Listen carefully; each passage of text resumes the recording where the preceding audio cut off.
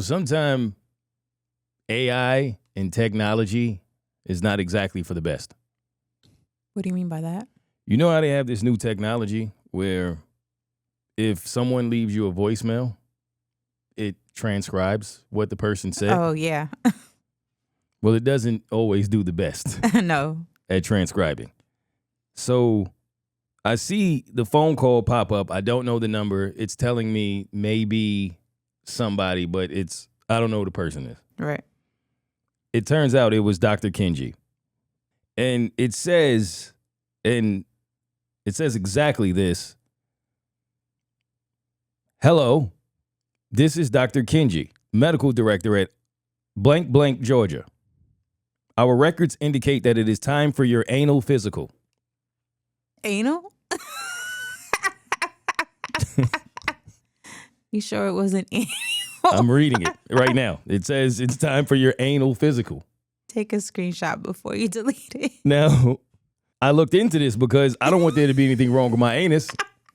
Like, for real. And Well, you are 40, right?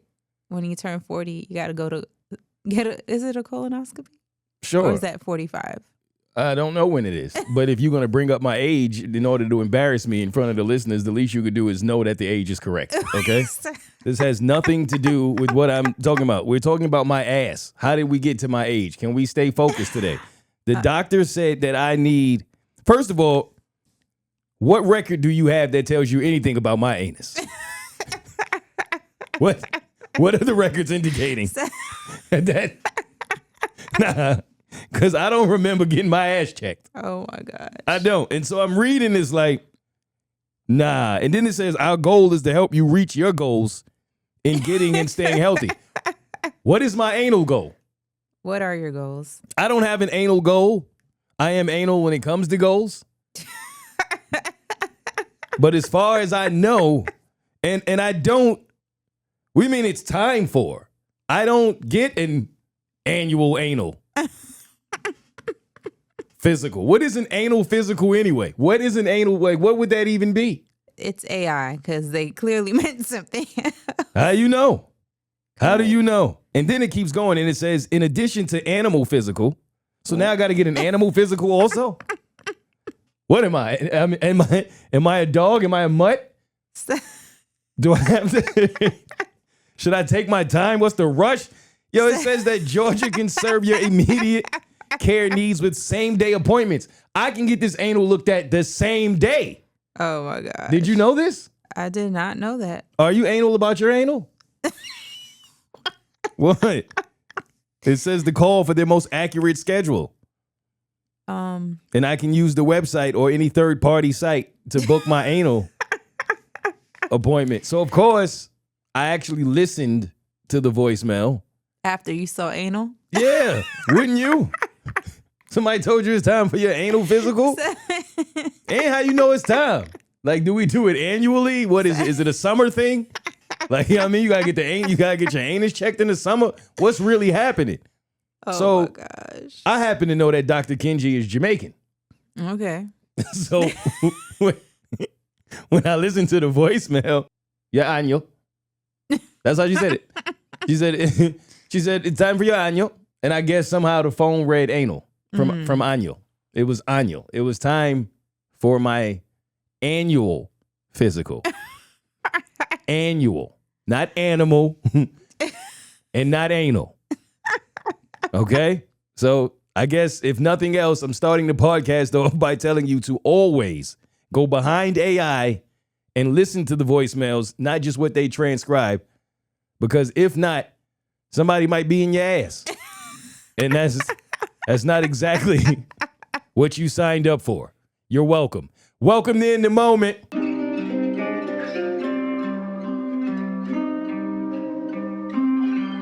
I'm in the moment.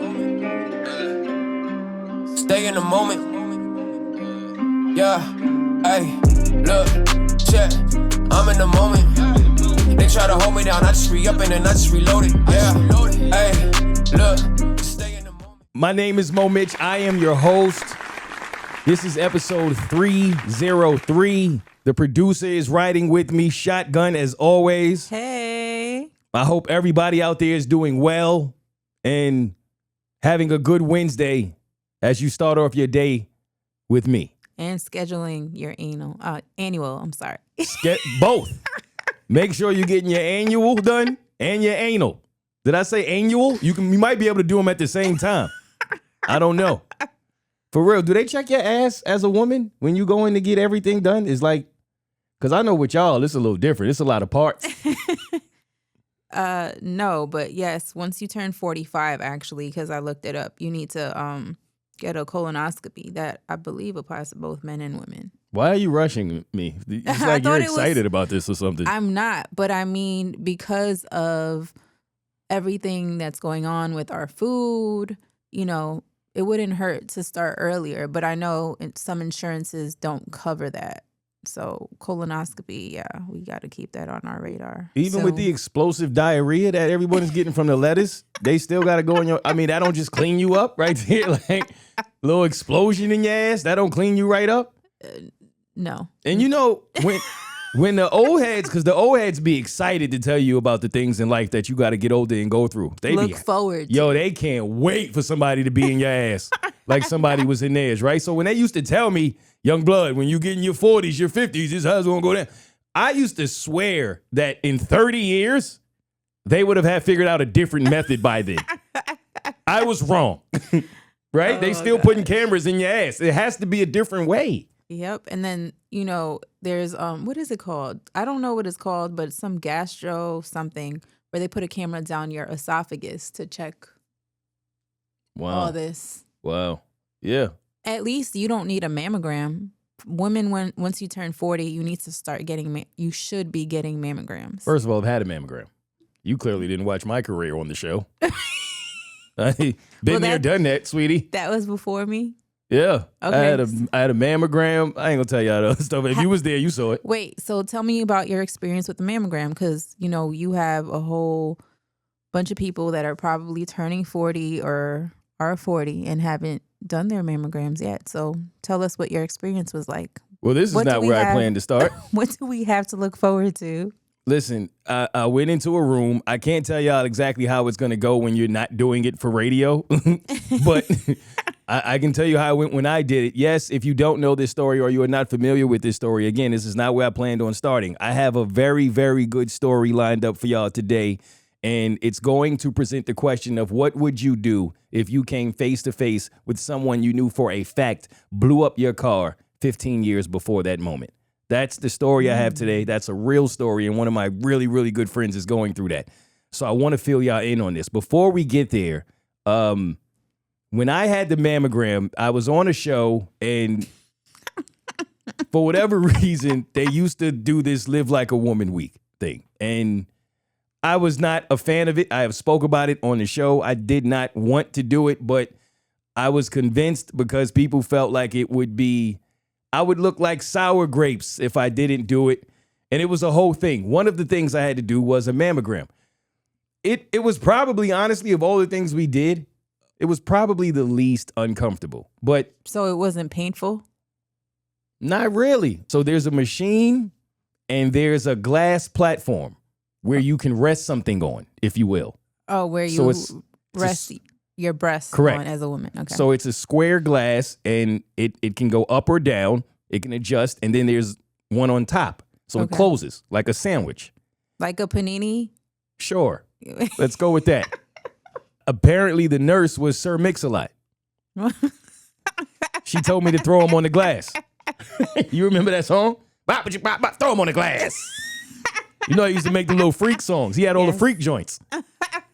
So she told me to throw him on the glass. I was like, wow, this is wild. You just throw him on the glass like that? Yeah, she said, so I'm, Was this being recorded, or this was just... Hopefully not. An experience that you had to speak on? If I remember specifically, I asked not to be recorded. I didn't want, I'm not used to moving around with my titties out. So this is my life, y'all. What y'all want me to do? This is the way I was living. And, I threw him on the glass, I'm not the most heavily endowed. Yeah, obviously, mostly because I'm a man. And so I couldn't, it wasn't a lot to put on the glass, if you will. So shout out to all of my ladies. You know what I'm saying? That's on the smaller side. It's okay. It still works. I'll be the first to tell you. I threw what I had on the glass. You know what I mean? I tried to take it back to when I was playing ball in high school. Used to throw it off the glass. And then the sandwich, the top of the panini, the glass, right? The top case glass, it comes down and it tries to squeeze the life out your chest. But I ain't had no chest to squeeze. So how does that not hurt? It didn't hurt. But it did feel a little uncomfortable. Like, it wasn't painful. I don't remember feeling like, it just feels uncomfortable. I don't know how it feels if you actually have breast. Like, I would imagine it's probably not the best feeling.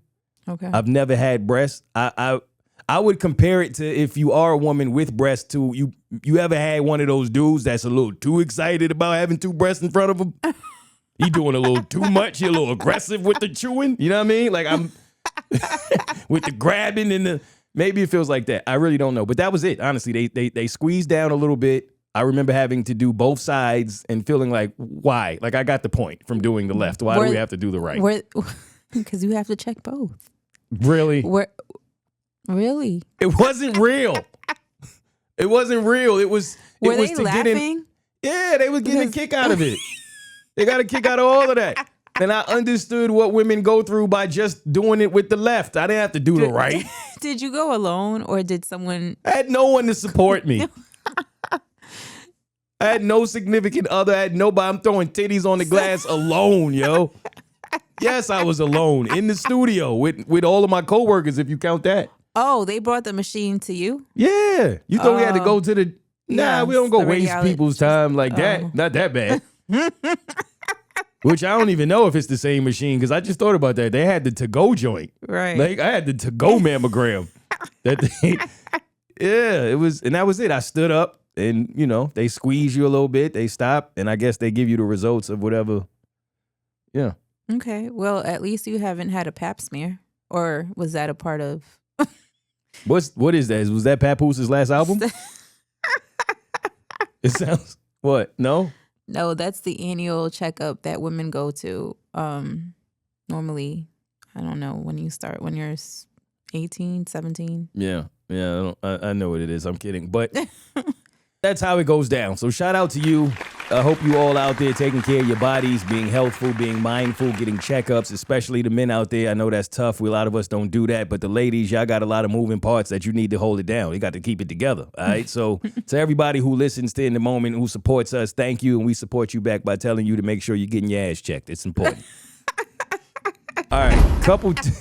Couple teasers to get out the way before we start the podcast. Number one, City Winery. If you are listening to this, it is probably, if you listen to it when the pod comes out, I don't know when everyone listens, but it drops on Wednesday, which will be the 22nd. And that means you are a couple of days away from the 25th. And Saturday, July 25th, I will be at City Winery in Atlanta. And if you do not have your tickets, you still have time to get them now.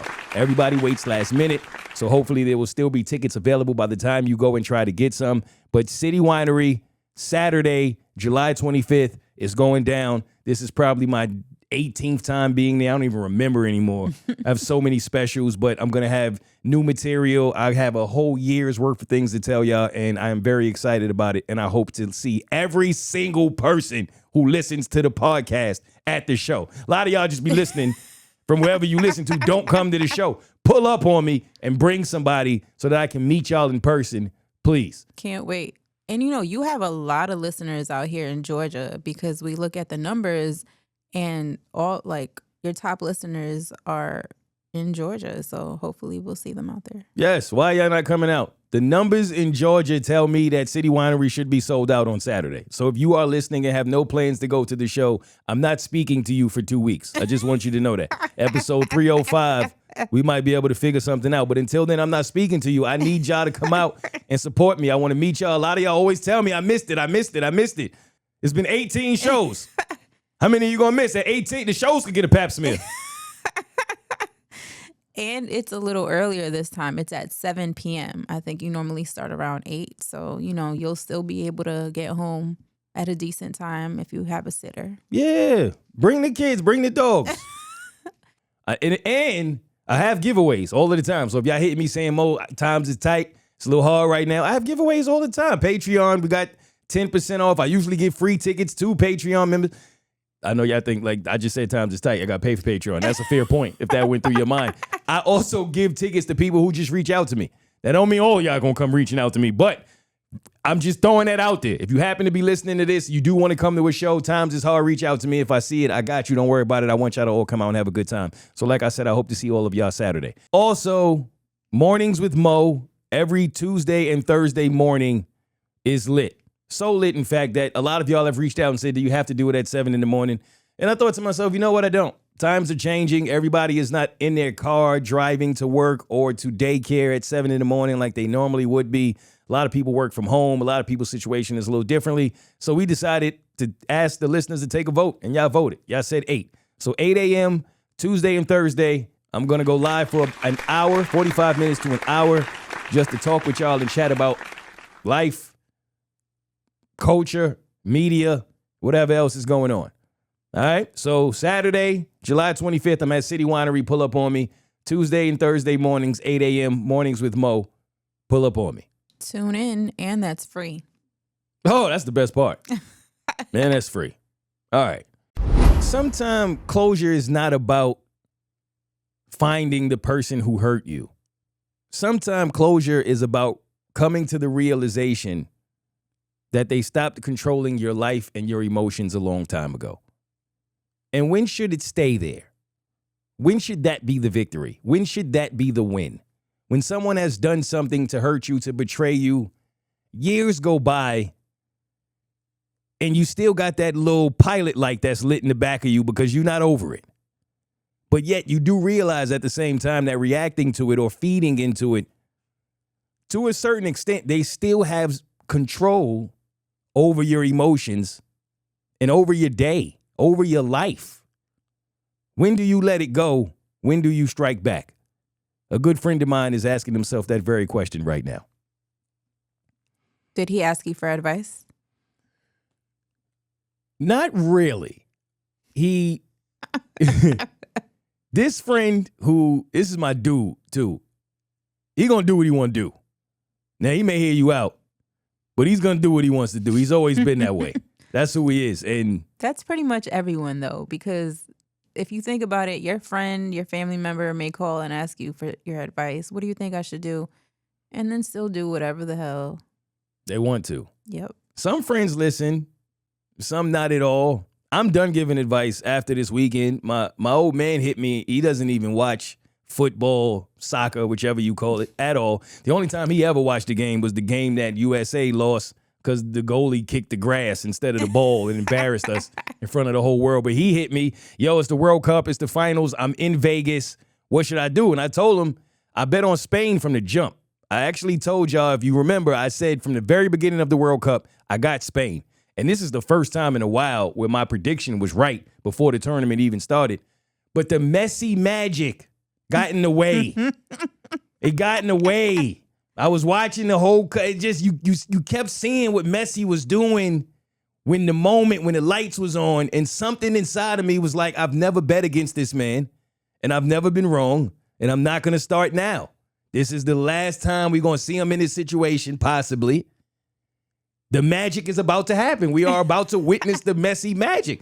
So I told him, I said, I don't know. I had Spain, but if I'm you and I'm betting fresh, go Argentina. They rolling. They, you know what I mean? They looking like something. They racist. Like, I'm like, yo. Oh my God. Yeah, you know the racists always win in the end. Don't do that. And Spain ain't. You know what I mean? Yeah, I know. I mean, from experience, right? Yeah. So I was like, I don't know who to root for, honestly. But if we talking money, go ahead and throw something on Messi. Then he got fancy and bet on not only Argentina to win, but bet on Messi to score. Oh, wow. Well, damn. I'm like, so you can't you can't blame me for this. But I felt bad. I felt horrible. But I really did believe in the Messi magic. But I guess not this time. Shout out to the young boy. What's his name? From Spain? Lamine Yamal. Shout out to him and Spain for winning the World Cup this year. It is what it is. They held it down.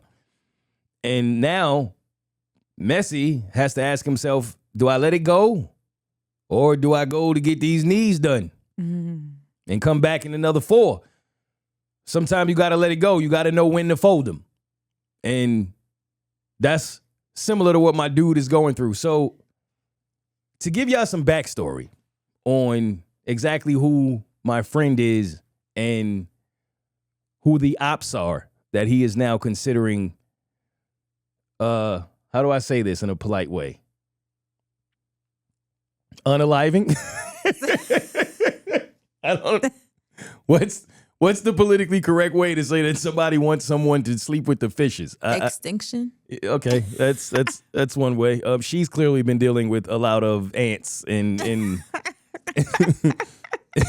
and little rodents out there in the backyard. But so this is a friend of mine whom I met in college, and I met him through the friend of mine who just got engaged in DC with the surprise engagement that we did. Y'all know Coase if you have listened to me for all these years. And so he was a friend of both of us, which it's funny because Coase being one of my best friends, two of my other really good friends that I have to this day, I met through Coase. Your closest friends. Yeah, he's good at that. Because I feel like a lot of people be like, damn, I wish if y'all just met, y'all would hit it off. And then you meet them and you like, where'd you get that? Like what made you think that? Because we both breathe and like we both tall. What else did you have? That's it. But Coase be right. Like he's a good matchmaker in terms of relationships and friendships. And so when we first met, it was funny because we're both from New York. We're both from Brooklyn, but we were in Virginia at the time. We were at ODU. And he told me y'all both from New York, so y'all will get along. And any New Yorker will tell you, yeah, that's not always true. Not at all. Especially if we still live in New York. Like New Yorkers tend, and I don't know if this is like this with other places, but I feel like New Yorkers tend to stick together when they're in an environment where they're surrounded by more people who are not from New York. Then it's like our backs to the wall. We got to hold it down. Right. You relate. Right. But when you're in New York, I don't know if y'all know this, but we haven't been known to be the friendliest of people. That's not our reputation. So when we met, I wouldn't say we hit it off, but we were cordial and it was a respectful thing. And eventually, I think just being in each other's presence enough and realizing that when you go to Virginia, I don't know if it's still like this, but back in the day, when you went to a school like Virginia and you were from New York, a lot of those dudes hated you. I went to school in Virginia for about a year after I graduated undergrad. And I remember the difference in how a lot of them didn't like people from New York. Oh, they couldn't stand the accents, the way, the swag, the way we carry ourselves. They couldn't stand it, especially if the girls liked you. Once the girls started talking about, oh, he from New York, you forget about it. So we started sticking together. And I remember I caught a beef with somebody at school. I honestly don't even remember what it was over. You're always beefing with somebody. My whole life, my entire life, especially if y'all only knew how much I'd sincerely just attempt to mind my business in life. But for some reason, trouble has always followed me. When I first met the producer, I told her that. I said, you know how people normally got to warn you about things you going. I was like, I ain't got to warn you about no kids, no hidden marriages, none of that. But trouble, that's my middle name. It just follows me. And it happened the first night we met. What happened? Remind me. Or is this a Patreon story? Okay. That's Patreon. All right. So we'll tell that one on Patreon. Oh, yeah. Yep, sure did. Ooh, that's a good one. Now you remember. Now I do. It's always been like that with me. I don't know why. I promise y'all I be chilling. And it finds me. And I always go back to the 50 Cent quote because it's the most relatable quote to me in that I don't want a problem. I never want a problem. I don't look for problems. Because I know people who do. I got friends who wake up and hope they get in a fight. Like, I am not that guy. I'm the furthest thing from it. But when someone presents a problem, well, that's no problem. That's no problem. And then that's my problem. So, in fact, I do remember this beef started over sports. It was a sports beef. I didn't necessarily get along with everybody on the basketball team. When I first got there, I was a walk-on. You know, you got a different, like a lot of these guys were already playing with each other all summer. Here I come, I'm walking on, and I'm getting busy. And they didn't even know me or know where I was from, nothing about me. Everybody did not take to that. So there was some jealousy in the air. Wasn't the first or the last time I would experience something like this. And I had to deal with that. I had to deal with the personalities and people around me feeling away because I was new, but I was nice. I was getting busy. And one of the guys in particular, this guy from DC, he had the biggest issue with me to the point where he was the reason I broke up with my first, is she my first real girlfriend? Yeah, I would say. He was the reason I broke up with my college girlfriend. Is that a Patreon story? Yeah, that's a good one too. I had to play the entire game looking up in the stands, watching them Kiki. What the hell's so funny? Kiki, if you love me up there in the stands. And she knew that you guys didn't. Yeah, she knew. Absolutely. The whole school knew. It was a thing with him and I. Like, we were arch nemesis.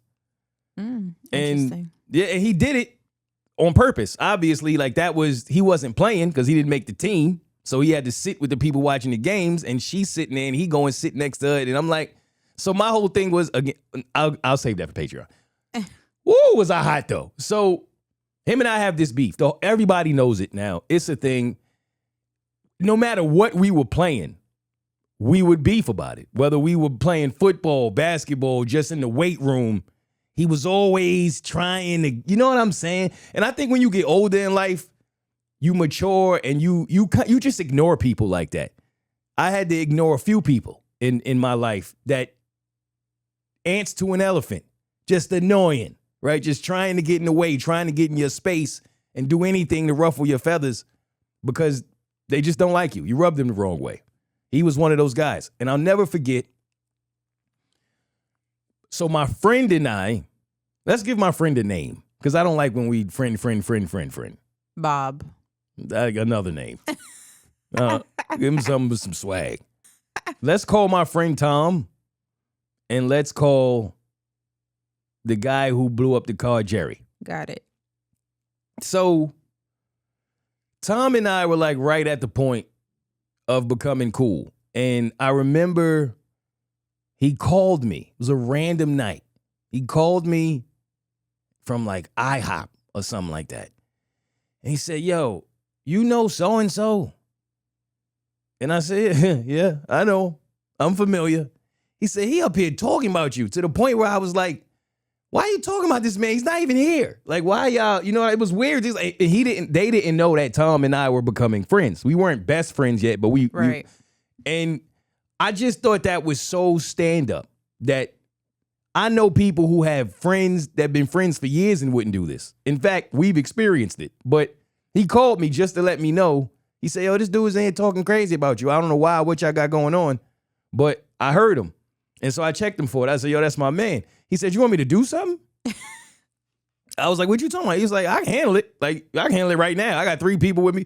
And I was like, I think you and I are going to be really good friends for a really long time. Like, that's the way you. So I told him, nah, don't worry about it. I'll handle it. But we became friends, right? When was this? Back in like 04, 05, just to give people an idea of how long you've known each other. No, it wasn't that long ago. I'm not that old. You really are trying to age me this episode from the very beginning of the podcast. What's going on with you? This was probably 06. Okay. I was a year off. I bought myself a couple years. Yeah, and from that point on, we just became cool. We played sports together. We played ball together. We kicked it together. And sometime when we would go back and forth from New York to Virginia, I would ride with him, and we remained friends. When we graduated, I went back to New York, and I saw this dude pretty much every weekend. Me, him, and my other man, we were like the 3 Musketeers, kicking it every weekend. Now, at some point, he introduced me to his people. And I became really good friends with one of his best friends. His best friend had a brother. And that brother was Jerry. Okay? You follow me so far? Yes, I follow. So I knew of Tom and his best friend and Jerry to all be their own version of the 3 Musketeers. But when I would come around, Jerry wasn't around that much. It was usually just me, Tom, and his best friend.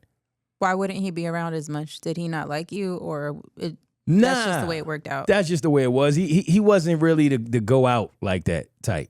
That wasn't really his thing. So a lot of the time it would be just the three of us. But every once in a while it was the four of us. And that's how I got to know the gang, if you will. So one day, Jerry falls upon harder times. And he needed a place to stay. Tom, type of guy that looks out for everybody. He's just a good friend. You can tell that from the way that we became friends. That's his style. Like he's the kind of person you want on your team. You never want to play against him, but if he's on your team, he's really got you. Like he'll go out of his way for you. He'll extend his hand for you. He'll give you the shirt off his back. That's the kind of person he is. He's just a good dude, but he's not the kind of dude you want to push around or get on his bad side either. And at that time, I think there might have been a little bit, this is me throwing this in there, a little bit of jealousy on the relationship that Tom had with Jerry's brother. Because it was as if Tom and him were more brothers than Jerry and his actual brother. One day, Jerry needs somewhere to move. And Tom is like, you can stay with me. No problem. So now he's living with him. So he went to Tom's house instead of his own brother's house or apartment. Right. Now, it is important to note, living and growing up in New York, everybody doesn't have a lot of space. Right. It's tough. You know, a lot of the time, you already living somewhere with someone and don't have enough space as it is. So moving someone else in, you just can't. And I don't believe his brother was in a position to move him in. And so Tom did it. So for a while, they were living together, and I remember those times we all would just be kicking it. It was times I would go over there, they would all be there, you know, we have a good time. Oh, it's also important to note, guys being guys, we play for it a lot, all the time. You would get drunk, we would just play fight. Whether it was wrestling, slapping each other, punching, whatever it was, that's just what we did. That's a part of just growing up as a guy. So I think you kind of get a little idea when you play fight with your friends all the time of what will happen in a real fight. And when Tom and Jerry play for it, Jerry never won. That comes back into play later. In the time that Jerry was staying with Tom, there was a point in time when Tom didn't have a car. So he would pay Jerry to take him to work. And if he had errands that needed to be ran. In his mind, you living with me, and on top of that, I'm paying you to do it. So you should really have no problems doing this, right? Taking him to work, taking him around when he needed him. At some point, the relationship started to go south when Tom told Jerry he had to go because his brother was coming home. So at this point, Tom's brother was living somewhere else. His brother's coming back home now. He don't have the space anymore. Oh, okay. Got it. See what I'm saying? So he's like, yo, I'm sorry. I hate to do it to you, but my brother's coming back. You got to find somewhere else to go. He stayed with him for a while, though. And in his mind, you know, it's temporary. Did they have an agreement? Did they speak on it, do you know, before he actually moved in or when he moved in? Like, hey, like, did Jerry say this is only going to be temporary, or did he believe that he was about to be his roommate indefinitely? Like there was no like expiration date. That's a good question. And I want you to make note of it because any questions that come up like that I can't answer, we're going to ask Tom on the follow-up call that we're going to have following this episode. Okay. So keep note of that and any other questions you may have because I'm not sure. Now, I do know that once Jerry moved out the house, there was no communication anymore. At all? At all. He wasn't answering texts. He wasn't answering phone calls. So Tom realized, okay, I guess this is how he giving it up. He's mad. Sometimes I don't necessarily think you have to be mad at someone, but maybe they just didn't have anything to speak about. Or, well, actually, they were friends, right? Yeah. Okay, I'm wrong. If I live with you and then I ask you to leave and then all of a sudden you're not answering my phone calls or my texts, yeah, you mad. I'm just, I'm thinking about from experience of living with someone.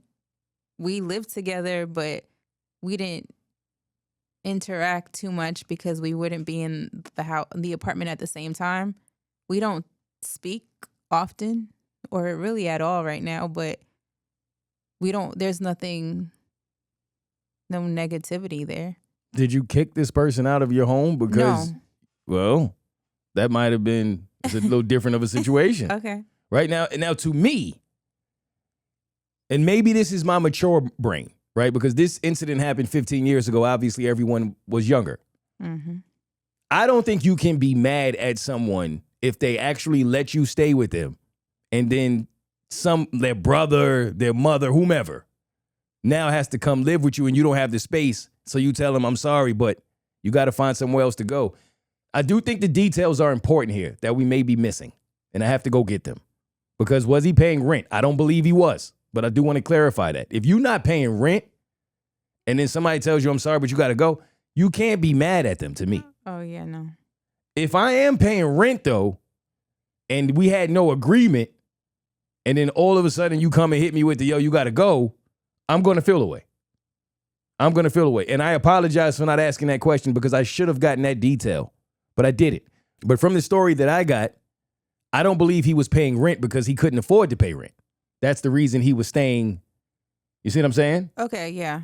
So if I'm letting you stay with me in these hard times and we don't have, that's important though. For anyone listening, if you ever move in with someone or allow someone to move in with you, please do not underestimate how important it is to have something in writing. How long you gonna be here? What's the plan? A lot of people just, yo, yeah, come on, I got you. I got you. It's nothing. That's cool for 3 days. Once that expires, you gonna want to plan so that we all stay on the same accord and this situation does not end in us no longer being friends. So Tom's car, at the time when he did get one, there was a slit in the back of it to where you could actually see through it and you can see into the trunk. A slit? What kind, is that how the car came or? Yeah, I believe, I don't know. This is a perfect example of the difference between men and women when stories are happening. Like, that wasn't an important detail to me at all. It was a slit. That's all I know. This why you need to vet the calls. She gonna find out the car, the model, the year, who drove it often, how many miles was on it. I don't know. Details. All I know is there was a slit. He said Jerry used to always point it out. Like, yo, you got that slit in your car. That's weird. It's like you could see right into your trunk. And he never got it fixed. Jerry is now moved out. No one has heard from him. No one has seen him. Everyone is assuming he's just pissed off. One day, Tom is on vacation. Somebody hit him up. I don't remember who it was. Somebody hit him up, said, yo, your car was on fire. So he's like, what? So he comes home. And his mom is like, yo, your car was on fire. So he's like, Mom, why didn't you tell me? She said you was on vacation. What were you going to do about it? I wanted you to enjoy yourself.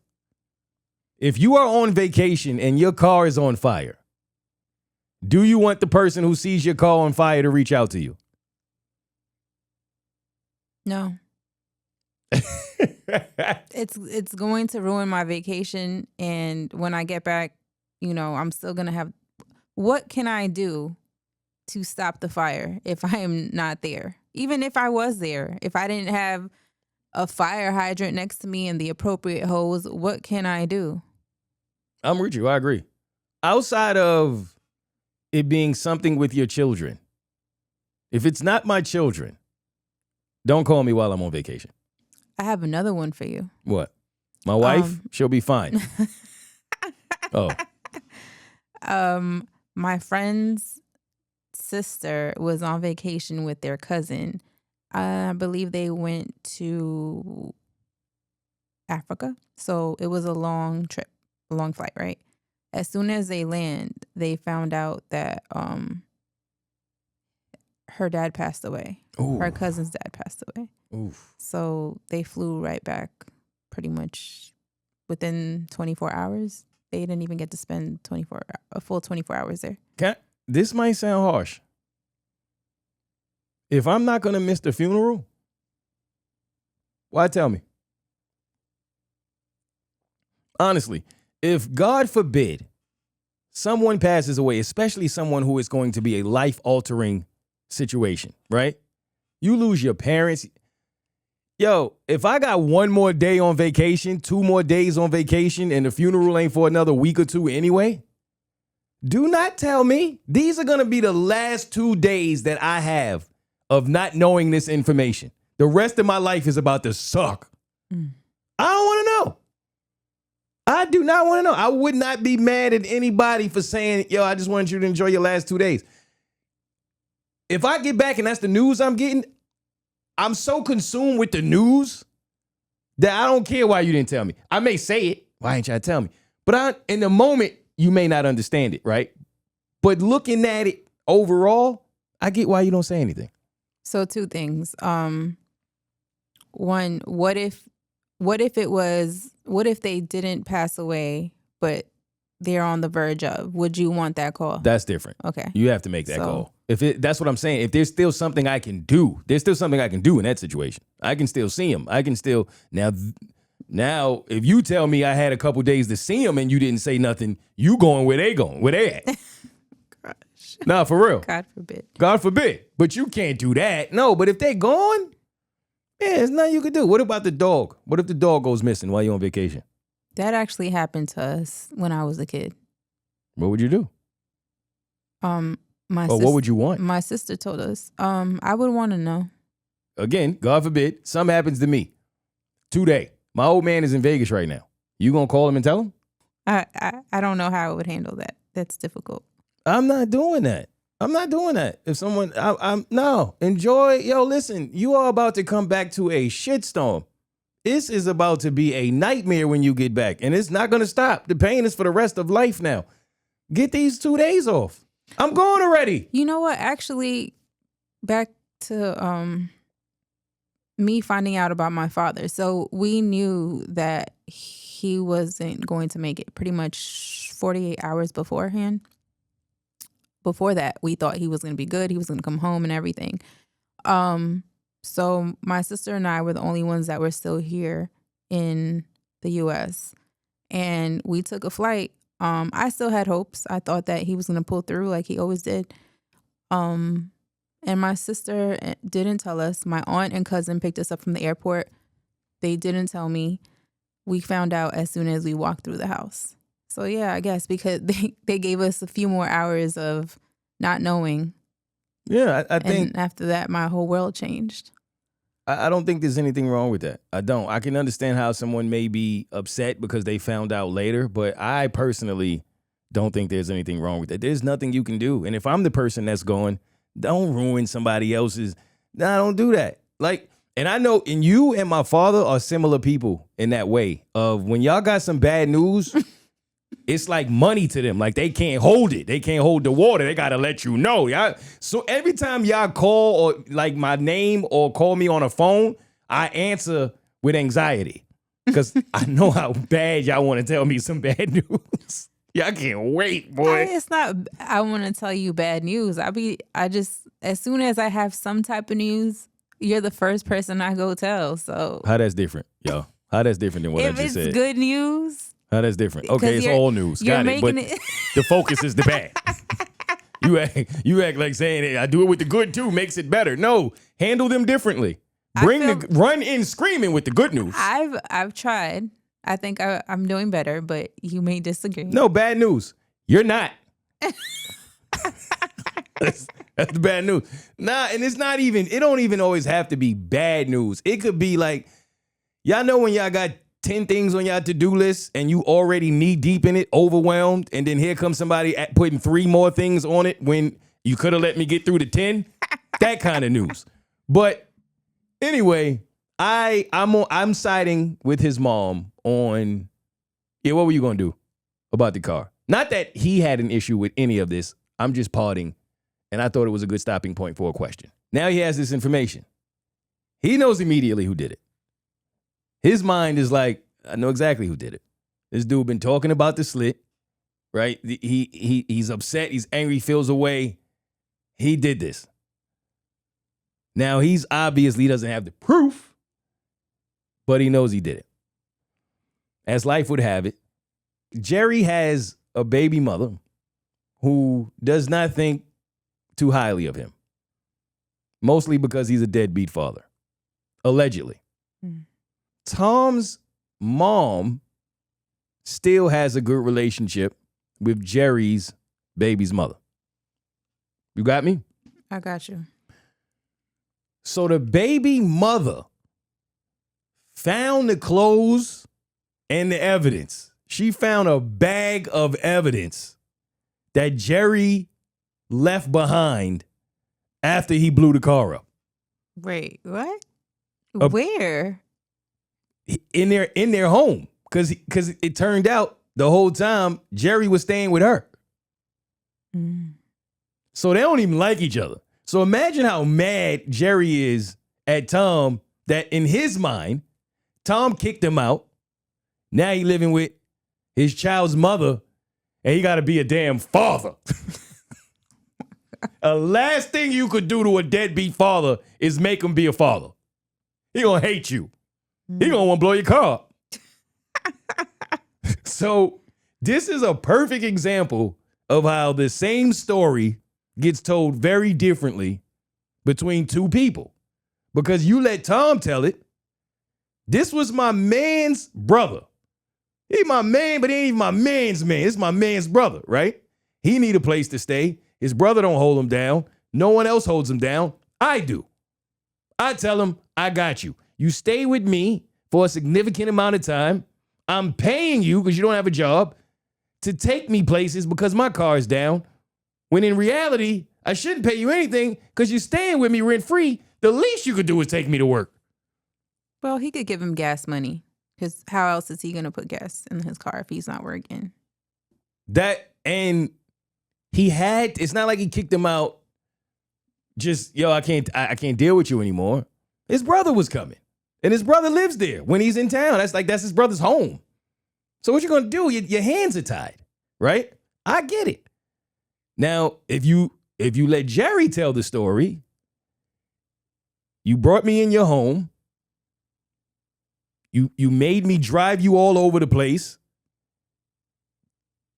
to work, to do errands, and then you kicked me out your house. And in being kicked out of your house, I was forced to go live with my child's mother and my child. Ew.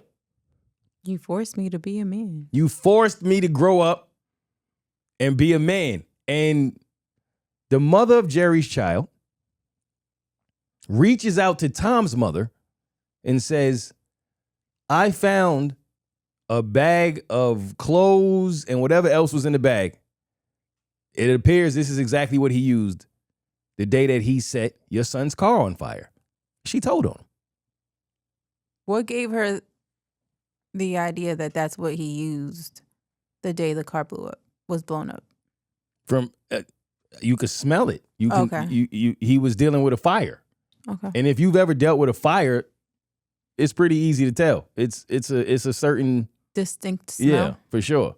But she knew. Either way, have it. Those are the details. So you look at the details again. What was in the bag? Like, I don't know. And let me get Tom's number. Let me call. for real. You need to be on these calls and these meetings because these are questions you would ask that I simply wouldn't. I was like, how'd you find out? He gave me that. I moved on. But okay, so now he knows 100% that this dude did it. Now he's looking for him. And this is at a time when I would say Tom was young enough to where he was going to make this man pay for this situation, pay the ultimate price. And hard to tell somebody to not be that mad when now that's how you were getting to work.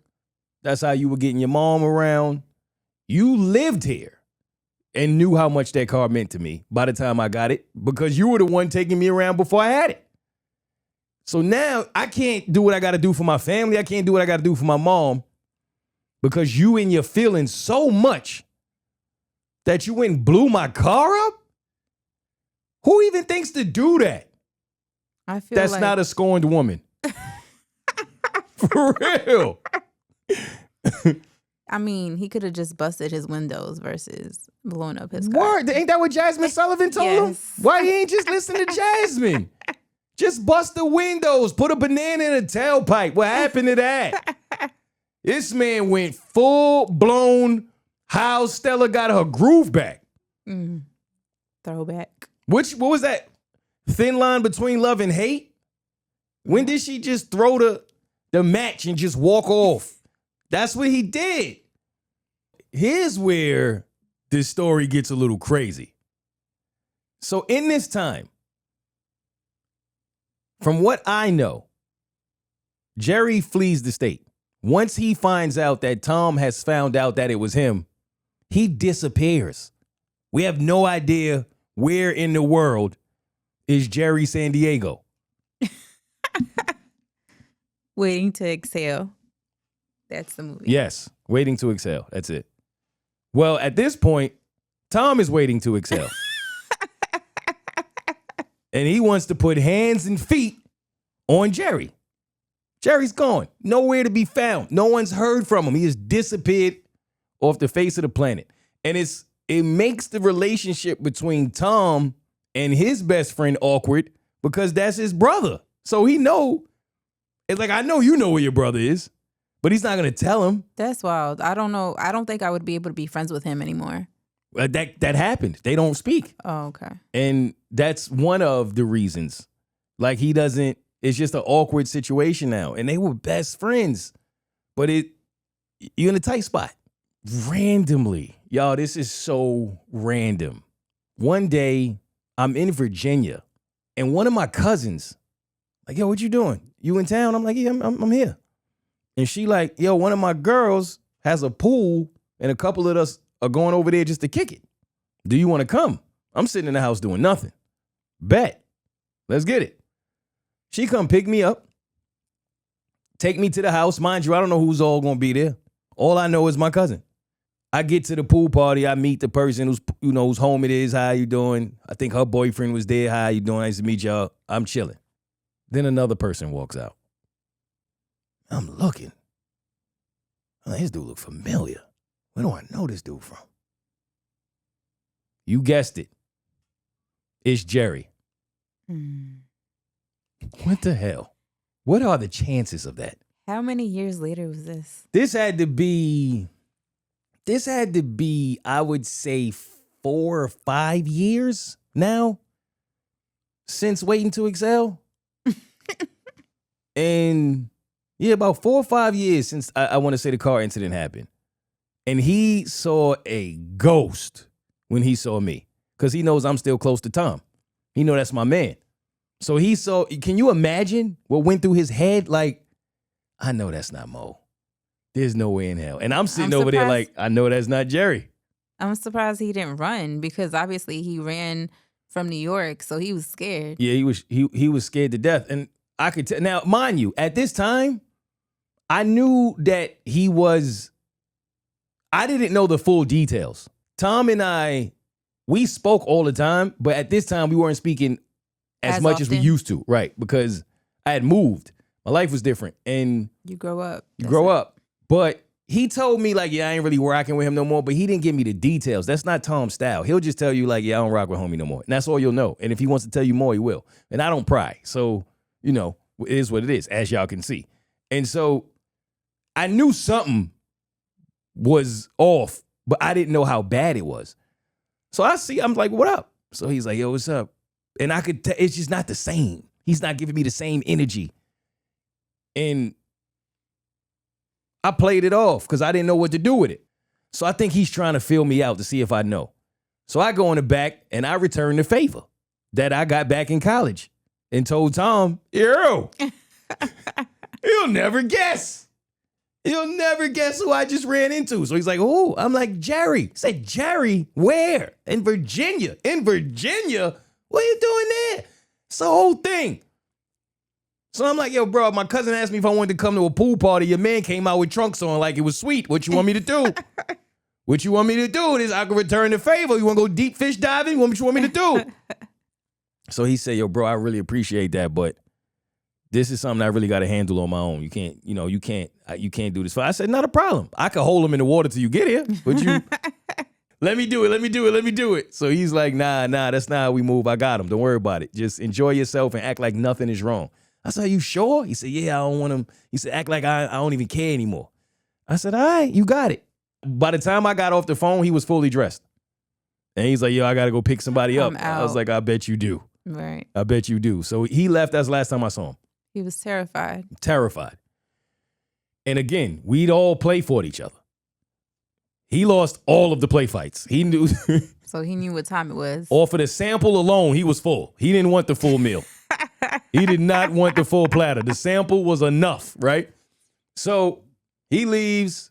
Years go by. This almost becomes a thing of the past. And we all figure we'll never see this guy again. It just is what it is. So now we talking 6, 7, 8, 9, 10 years go by. Got to be at least 12, 13 years if I'm being accurate.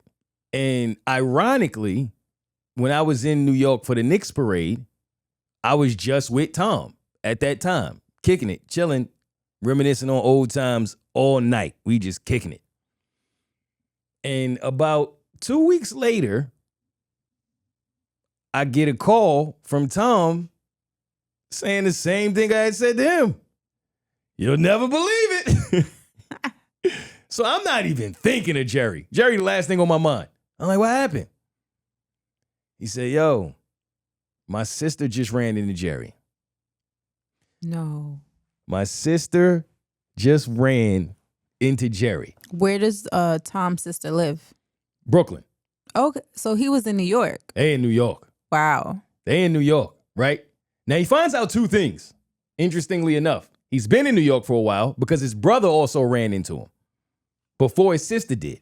Tom's brother. Tom's brother ran into Jerry before his sister did. I think it was months before or years before. I don't know. Okay. But he never told him. So when did he find out? When his sister, because the sister knew. Sister's like, yeah, I think his sister told him, not only did I seen him, your brother at song. This is a lot of moving pieces.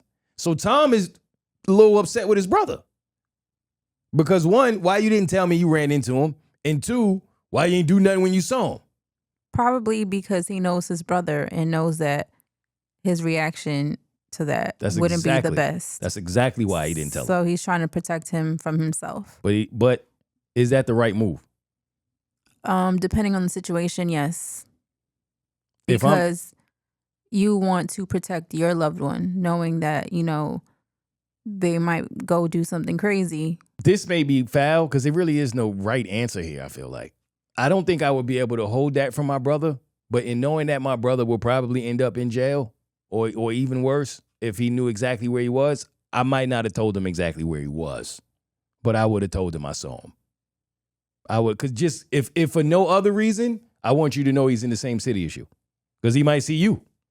How we know he not scared to the point where he trying to see you first? We just don't know. I want you to know I saw him. I saw him here. I don't know where he going or where he at, but I saw him. Oh, I get that now. You see what I'm saying? Because you need to make sure you have your You got to be on your P's and Q's because you don't know. Now you like, okay, this dude is. Because he might try to harm you. We don't know what caused that guy, Jerry, to burn the car to begin with. Right. So how is he going to come at you if he sees you? How's he going to move? So that's the age-old question, right? Of like, I remember going through this at a bowling alley. What if you in a bowling alley and a guy do something a little aggressive to your girl and now your girl can tell you why y'all at that bowling alley, or she could wait until y'all get home and say, yo, I didn't want to tell you this while we were there, but this happened. Is that a strike? Or do you hope you got a spare? Right? Because I would be upset. Why you didn't tell me when I could do something about it? But for the same reason that, you know what I'm saying? You protecting me, and I get that. But that's a tough one. Ooh, that's a tough one. But his brother didn't say anything. His sister did. His sister not only told him that she saw him, she told him where. Where was it? Oh, he was at work. Where does he work? I guess that's no harm, no foul. At a library. And now Tom has this information. Knows exactly where he is. And not only that, Jerry knows that Tom knows exactly where he is. Because Jerry saw his sister. They saw each other. Did his sister say anything to him? No. She said that he gave her a head nod. Like, oh, what up? Like, obviously he was surprised, and it was probably just something he did. So he remembered his sister. Yeah, absolutely. They all lived in the same house for years. Oh, okay. Absolutely. And I was like, so wait, he tried to say what up? And he was like, yeah, you believe that? My sister ain't say nothing back. I was like, how you work at the library and can't read the room? All them books, you can't read the room? But I'm like, what do you do? 12 to 15 years, you have been waiting for the moment of knowing where someone is. And now you do. Now you know exactly where they are. What do you do with this information? How do you move? It's a tight spot, right? Because 10 years ago, he would have been at the library. 10 years ago, he would have been at the library asking my man, where do you check out where's the ass whooping section? I want to check out, you know what I mean? Like, but you're a little older, you're a little wiser, and you understand what you have to lose today. And is it even worth it all these years later? It's not. So I don't know if you asked him this, but again, we can ask him this when we get him on the phone. Did the police get involved? Did they know that Jerry was the one that? No. Okay. Tom old school. He cut from that cloth. I ain't going to hold no punches with y'all. Tom ain't going to no police. That ain't happening. Tom going to handle that himself. And the thing is, right, it's very easy. I want y'all to understand. I want the listeners to understand. It's very easy to say it's not worth it, let it go. For some people, it's just simply not that easy. You're dealing with somebody that is really from that cloth, that's really cut like that, that's been like that their entire life, that if you do something to harm me or get in my way or do anything, like he feels as if now you feel like his sister might have been in danger. His mom might be in danger. He don't know what this guy can do, what he's capable of. People who are afraid will a lot of the time take it further than people who are not, out of pure fear. Do they still live in the same place? Yes. Okay, so I get that because you don't know if he's going through any mental issues. We won't know. We don't know how he's going to react. So you already blew up your car once. Right. Who's to say what he'll do, right? You just simply don't know, so you don't know what to do. You don't know how to move. And that pride is a thing for, I don't want to say men, I want to say for everybody, but there are certain types of people who in life have so much pride that if you sit on this information, it's going to bother you. Because, damn, who have I become? Am I that soft today? Am I soft today that I know I could easily go up here, check out Goosebumps Edition 351 and beat the goosebumps out of him for setting my car on fire? Or is that just simply being mature? Being an adult and realizing that whatever you lost then, you cannot continue to give him the power to control you losing something more today. But easier said than done. So I asked him, what's the plan? Because somebody like me, I would leave notes at the library. I told him that. I'm dead ass. I would leave notes at the library randomly. I would probably have someone that he doesn't know go in there and just hand him a note. And it would say stuff like, hey, Jerry. Hey, I know what you did last summer, Jerry. I know, you know what I mean? That's a nice blue shirt you got on there, Jerry. It's a really nice blue shirt, boy. That's what I would do. I would have him scared to death all summer. Because you really got to think about it like this. He already terrified. He has to go into work every single day, not knowing if that's the day that Tom comes looking for him. You don't know. So do we know if he's still there? Has anyone gone to check on him? Well, that's the update we're going to get when we call Tom. Because I'm curious. I'm very curious. And I purposely don't know because I want to find out like y'all find out. I'm so invested in this story. And Tom said he doesn't know exactly what he's going to do when he goes up there, but he's going up there. That's happening. When? Where? He's going up there. And there will be some type of confrontation. And he said it don't have to be Merry Fistmas. You know, we grown now. We on some adult stuff. He said, if I go in there and me and this dude can have a little talk, then let's talk about it. But he said, I do want answers. He said, I'm sorry. I know I should be mature enough to let it go. Because in my mind, I told him, I said, this God testing you. Life is testing you right now. because you've been praying. I've heard him. You have been wanting to mature, wanting to grow, wanting to put yourself in better situations to make better decisions. You want to make better decisions, put yourself in better situations. So God heard you. This is how God move. This is how life move. Oh, you mature now? Oh, you can handle yourself. Oh, yeah? Oh, well, let me put it on your lap. Let me put it right on your lap and see how you give it up. That's what happens in life. The moment you say, I want to start saving money, Grand Theft Auto come out. The moment you say, I am going to start fasting, I'm done shopping, that brand new pocketbook come out that you always want, right?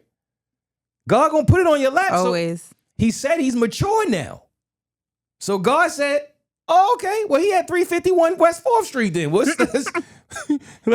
Let's see. I met him once, and he seems like a good person. He's a great person. He's the kind of person that will go harder for someone else than himself. He just ain't no punk.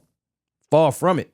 But he's a good person. He has a good heart. He has a good spirit. And he's one of those people that when you do him like this, when you betray him, when you cross him, just can't understand it. Why would you do that to me? I've done nothing but help. I've done nothing but be kind. I've done nothing but try my best to make sure that you are good. And you blow my car up. And boy, do I understand that. Boy, do I understand that. I was nothing but a vehicle in your life to help you get from A to B when you was hurting. And you going, the one vehicle that I actually have, you putting fire to it? It's always the people you help. It's always the ones that you go out your way for that try to literally burn anything you have going. He's torn. He's stuck. And he said, it's a public building, obviously, so he ain't going in there to fight. He ain't going in there to raise hell, but he will be going in there to ask some questions. And the answers to those questions will determine what happens next and what kind of episode of Tom and Jerry we're actually going to get. Which, if you grew up in my era, you know what time it is. Shout out to Tom and Jerry. I used to want him to catch it. At some point, will you catch this damn mouse? And, well, it looks like he's got him cornered now. I don't know if Jerry still works there. I can tell you if I was Jerry, I wouldn't. Nah. He probably doesn't. Ain't enough promotions at a library to keep me there. He real. Probably requested a transfer if he stayed in New York, or he might be out again, depending on how scared he is of Tom. I'm sure he owns a Kindle by now. Yeah, but I mean, I told him, I said, if nothing else, bro, be patient on whatever it is you do. Really think it through. Pray on it, man. Don't let something that's already in your past now determine your future, right? And that's easier said than done, especially coming from someone like me, because I wouldn't be able to let it go either. And sometimes you give the advice that you wouldn't follow. And I think that's the moment. Life does not always give you justice, but it does always give you a choice of who you are going to become because of it. That's the situation he's in. The person who hurt you shouldn't get to decide who you become next. I agree. You can't control what people take from you. You can control what they never get back. And I want y'all to think about that. That one person or that one event that you've been carrying for years, ask yourself, is that memory still teaching you, or is that memory just taking up space? I think a lot of us are plagued by this. And I think most of the time it's just taking up space. You're stunning yourself from your own growth. Yeah, being stuck in that glass. I think of it that way, right? Speaking of throw them on the glass. I read this one day that there was a shark, but the comment said it wasn't actually a shark, it was a fish. But let's just go with shark. They put a shark in the water and there was a man on the other side. The shark was trying to get to the man. There was glass in the middle. The shark couldn't do it. And they just kept the glass there, and the shark would keep breaking the glass, chipping away at the glass. Eventually, they removed the glass. They just took the glass completely out of there. The man was there. The rest of the water was there. But the shark never tried to cross that threshold anymore. Why? Because the shark thought the glass was still there, even though it wasn't. And the lesson was that happens with humans a lot. A lot of your time in your life, that time that you tried to save money, you couldn't because the glass was there. That time that you tried to grow and you said, I was going to start doing right by people, become a more kind person, become a more loving person. You tried, but the glass was there. But eventually that glass is removed. When you're breaking that glass, that is not a sign to stop. That is not a sign to quit. You're chipping away at the glass, and eventually the glass will no longer be there, and that's your breakthrough. That's your breakthrough. But breakthroughs never come to people who stop trying because they are confined by the thought and the fact that there was once glass there. And so many of y'all in some situations are in that glass tank, letting that glass hold you back. Chip away at that glass for your final breakthrough. And I can't tell him what to do. Most I could do is just give him some advice and hope that he makes the right decision, because I told him at the end of the day, nothing this man has done or will do will be worth you going back to who you used to be and preventing you from becoming who you're supposed to be. With that being said, I hope y'all enjoyed this story. I'm definitely calling him next week to get a follow-up on whether something has been done, whether we still know if Jerry works there or whatever is happening. We need the update, and I will keep y'all posted. And please, I ask y'all to comment all the time. I want your comments. What would y'all do?